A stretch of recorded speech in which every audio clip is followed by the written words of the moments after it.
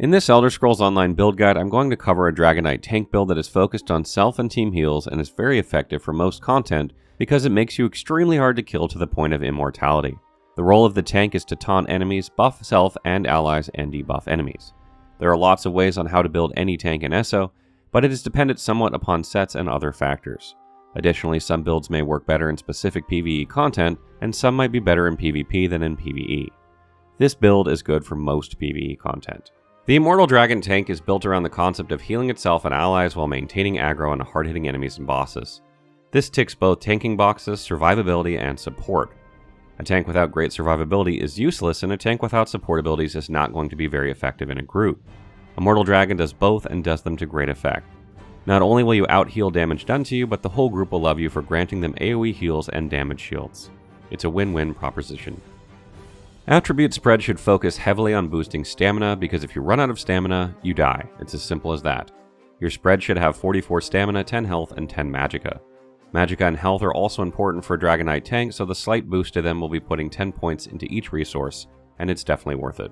On your front bar go the abilities that last for a shorter period of time and are spammable, while on your back bar you are going to use abilities with longer duration. This build focuses on utilizing some traditional taunting and supporting abilities, combined with the healing abilities Green Dragon Blood and Cinderstorm. Inner Light is there to help with Magicka pool since it's not high with this build. We will combine that with Magicka Controller that increases max Magicka and Magicka Recovery, depending on the number of Mage's Guild's abilities slotted, which in this case amounts to 2%. Front bar skills. Pierce Armor. The most important skill for any tank. It taunts an enemy for 15 seconds and applies Major Fracture and Major Breach, reducing the target's physical and spell resistance. Morphed from Puncture. Ignis Shield. Provides your allies and yourself with a damage shield that absorbs a decent amount of damage. With this morphed version, your own damage shield will absorb an additional 200% damage. Ignis Shield is a perfect skill for a tank since it protects you and your allies, and that is the definition of tanking. Morphed from Obsidian Shield.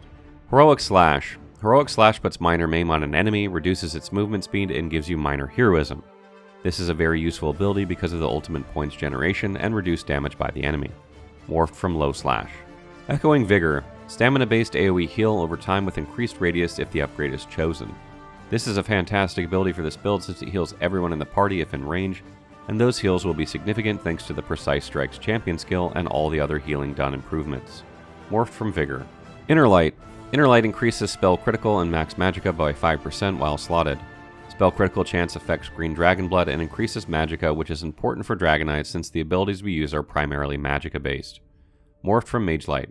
Your ultimate ability should be one of these two, one slotted on the front bar and one slotted on the back bar. Magma Shell, an amazing ultimate that limits incoming damage to 3% of your max health pool and provides a damage shield to your allies equal to 100% of their health. It lasts for 9 seconds and almost makes your teammates and you immune to damage during the time. Morphed from Magma Armor. Aggressive Horn increases max magicka and stamina for 30 seconds and also grants Major Force, which increases critical strike damage by 15% for you and your allies for 8 seconds. This ultimate is most commonly used by tanks since it buffs both resources and increases DPS of the whole party. The faster you kill everything, the better is the motto of this ultimate. Morphed from Warhorn. Backbar skills. Inner Beast. This is a ranged taunting ability that also grants a synergy which does AoE damage. A very useful skill for taunting enemies far away that would otherwise require you running around trying to taunt them with Pierce Armor.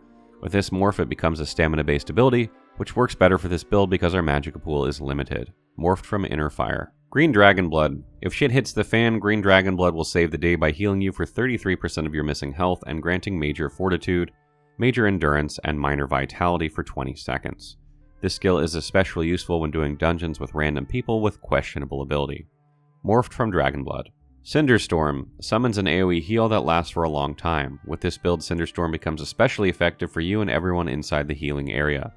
Morphed from Ash Cloud. Hardened Armor, a fantastic defensive ability that gives you physical resistance, spell resistance, and damage shield equal to 15% of your health pool. It also returns a small amount of damage to the attacker. Morphed from Spike Armor. Your last backbar ability should either be Inner Light, Ignis Weapons, or Choking Talons. I would recommend Inner Light because having so many magicka abilities can really be hard to sustain. Your rotation of abilities with this setup should look something like this. Hardened Armor, Inner Beast if needed to taunt enemies that are far away, Cinderstorm when in position, Ignis Shield, Pierce Armor, Heroic Slash on tougher enemies, and then Echoing Vigor. If you want to max out this build, then Aragonian and Orc are the best choices. Argonian, in addition to other great tanking passives, increases healing done and received by 5% at max rank, making heals more effective. Orc comes with 20% health recovery and 5% healing received at max rank, making it a great second choice for this build. If you do not want to play either of these races, Imperial and Nord are also good choices for a tank. Imperials have increased health and stamina with a chance to restore health with melee attack. Nords come with increased damage reduction, cold resistance, health recovery, and stamina, all great passives for a tank. There are plenty of useful skills you can have, but points are limited, and percentages behind the decimal point are not accounted for when adding points to champion skills. For example, Elemental Defender at rank 60 reduces damage taken from elemental attacks by 12.57%, but your gain is actually 12%. Now that you know this, you can save points and put them elsewhere where gains would be more beneficial. Try to round up numbers to get the most out of these champion skills. Here is my recommended setup for the Immortal Dragon build. The idea behind these choices is to try to find a good balance between healing and survivability through various resistances. There is wiggle room here to adjust things as you like, but the most important skills that need a lot of investment are Shadow Ward, Blessed, Elfborn, Precise Strikes, Arcanist, Quick Recovery, and Bastion. This build revolves around blocking and healing, so Shadow Ward and anything that increases healing is a sound investment. Precise Strikes affects Echoing Vigor, making it a powerful AoE heal over time with this setup. Bastion increases damage shield effectiveness from Hardened Armor, Ignis Shield, and any other passive effect, making it a logical choice. Quick Recovery is an important skill for this build, but other fighter skills are quite important to increase our survivability, so not maxing Quick Recovery is probably for the best. Although Mighty won't help us in any way, combined points from it and Precise Strikes unlocks the Last Stand passive that grants major heroism if we fall below 20% health. For this to work, we need two heavy sets. Battalion Defender. Battalion Defender is a Rewards of the Worthy set. It is fantastic when built around it like this. With this build, the heal that occurs every second upon blocking can go close to 4,000 with Major Mending and Minor Vitality buffs. Major Mending is granted through Ignis Shield, while Minor Vitality is granted with Green Dragon Blood. Knight Errant or Leeching Plate. Knight Errant is obtained in the Blackheart Haven dungeon. It heals every time you pierce armor or heroic slash. With this setup and Major Mending and Minor Vitality, it can get close to 2,000 per ability used. Leeching Plate is obtained in Imperial City Prison.